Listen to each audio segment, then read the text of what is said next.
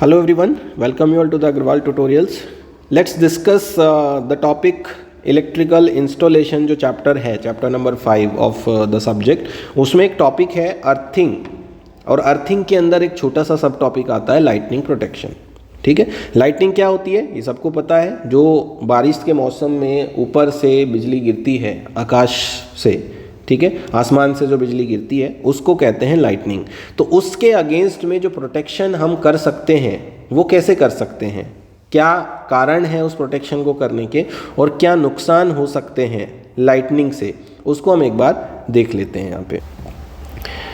तो लाइटनिंग से क्या क्या हो सकता है। अगर ऊपर से बिजली गिर जाती है तो जो स्ट्रक्चर है, बिल्डिंग्स हैं, उनको नुकसान हो सकता है। हमारी बिल्डिंग्स डैमेज हो सकती हैं, गिर सकती हैं। साथ ही साथ अगर वो किसी इंसान के ऊपर गिरती है तो उसको इंजरी हो सकती है और डेथ तक हो सकती है, राइट। तो क्या क्या सीरियस रिस्क हैं लाइटनिंग से, डेथ और इंजरी, फायर, आग लग सकती है।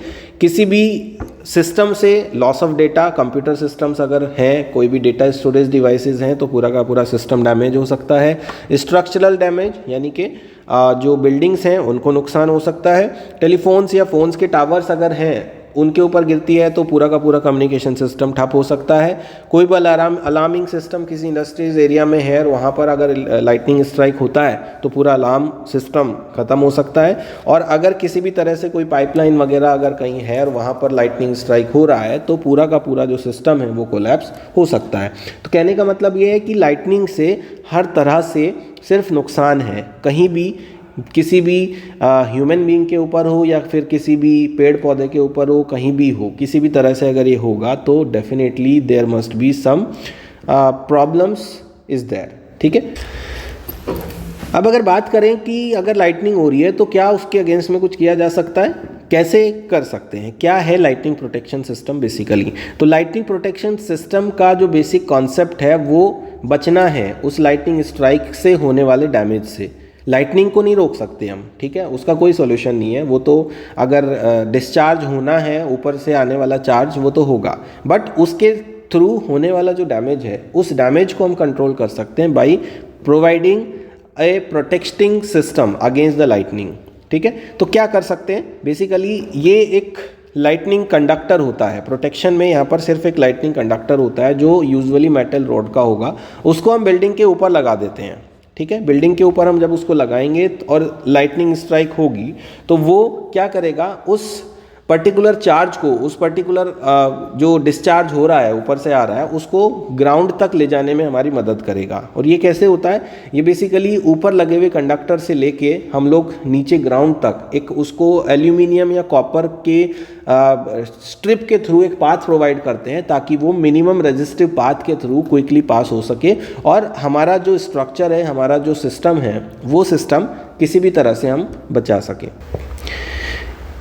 यहाँ लगी फोटो में हम लोग देख सकते हैं, यहाँ अगर हम सेकंड वाली डायग्राम में देखें तो ये हमारी बिल्डिंग है और इस बिल्डिंग के ऊपर ही लाइटनिंग रॉड लगी है जो मेटल की है, ऑफ कोर्स हमने अभी बात की थी। तो उस मेटल के रॉड से हमने जो ग्रीन वाला जो आप पोर्शन देख रहे हैं, ग्रीन कलर से जो दिखाई दे रहा है, वो हमारा कॉपर या एल्यूमिनियम का पाथ है जो हमने ऊपर से लेके नीचे ग्राउंड तक कनेक्ट किया हुआ है, राइट। हमारी बिल्डिंग जितनी बड़ी होगी हम अलग अलग जगह पर इस तरह के डिस्चार्ज पाथ लगाएंगे। ऐसा नहीं है कि कितनी भी बड़ी बिल्डिंग हो तो एक ही पाथ से हमारा काम हो जाएगा।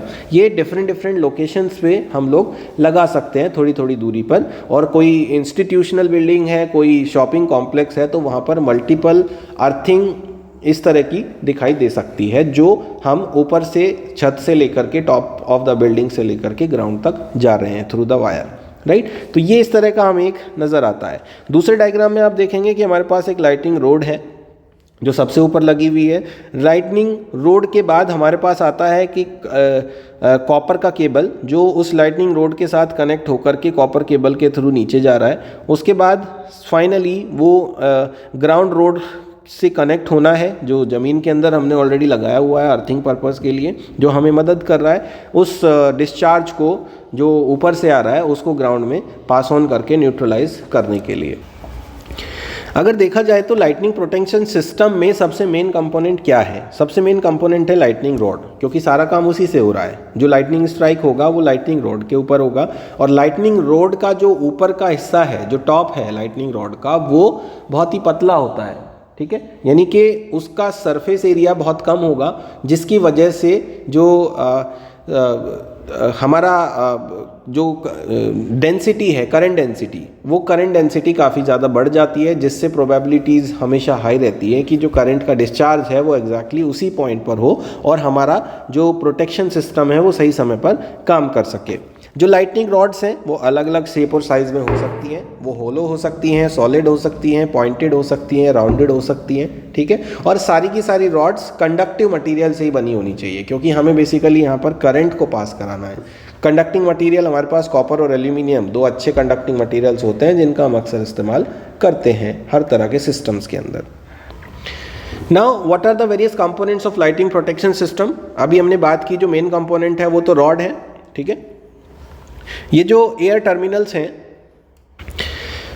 वही बेसिकली हमारी रॉड है जो सबसे पहले एक्सपोज होती है लाइटिंग स्ट्राइक को, यानी कि जो बिल्डिंग के ऊपर लगी है उसी को हम एयर टर्मिनल यहाँ पे कह रहे हैं, राइट। इनको हमें सेटअप करना है टॉप ऑफ द स्ट्रक्चर के ऊपर, राइट। उसके बाद हमारा काम आता है कंडक्टर्स का। कंडक्टर्स का क्या काम है?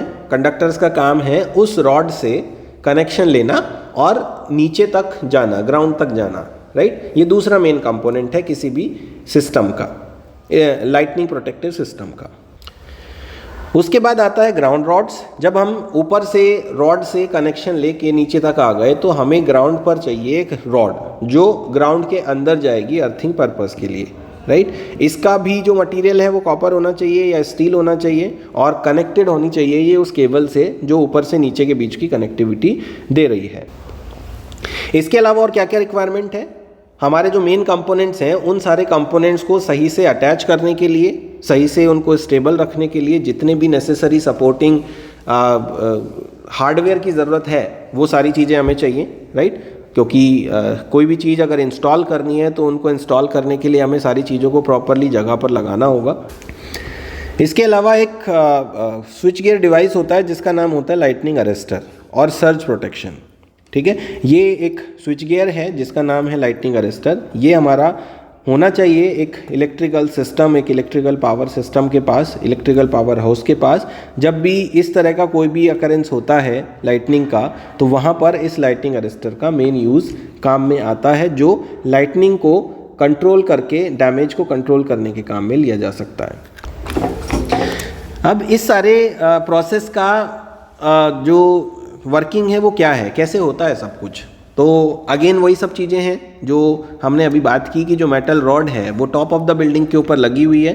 टॉप ऑफ द बिल्डिंग के ऊपर चूंकि वो लगी हुई है तो जो स्ट्राइक होगा वो सबसे पहले हमारा मेटल रॉड के ऊपर ही होगा।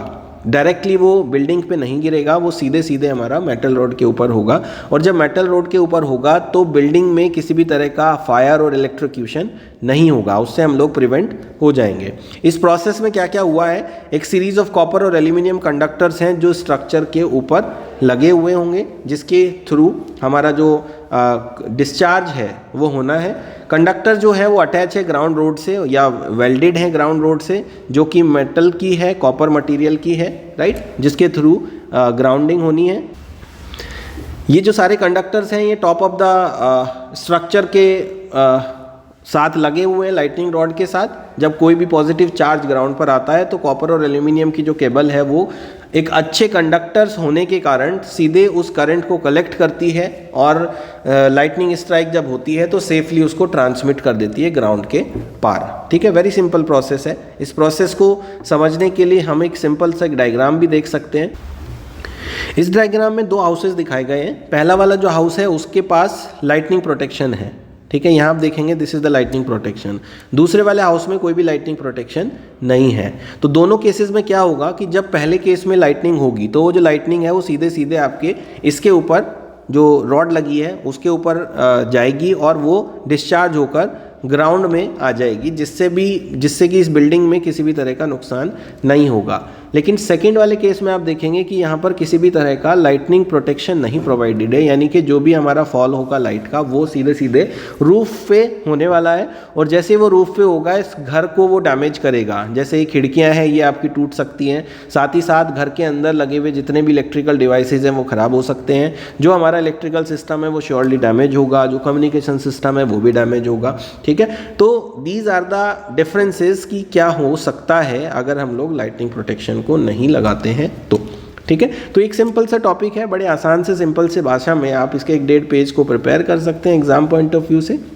एग्जाम में अगर पूछा जाता है स्पेसिफिकली लाइटनिंग प्रोटेक्शन के बारे में तो इसके बारे में ज़रूर एक लॉजिकल और सही क्वालिटी आंसर्स ज़रूर लिख कर आना। ठीक है, तो that's all about this video. Thank you.